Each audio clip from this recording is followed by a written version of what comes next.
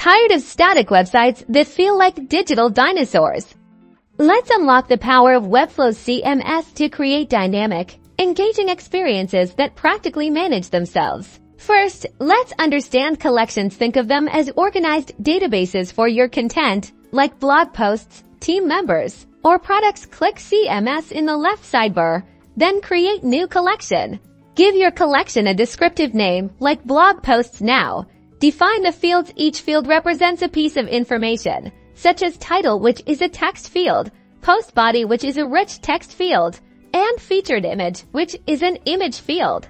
Customize each field based on your needs. For example, you can make some fields required, set character limits, or add helpful descriptions. Now create a few dummy items inside the collection to populate your content. Next, let's build a template page. This is where your dynamic content comes to life.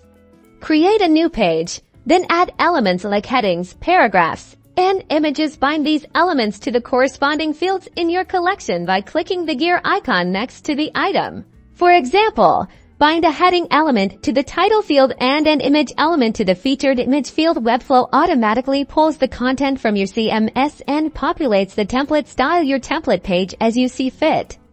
Any design changes will apply to all items in that collection.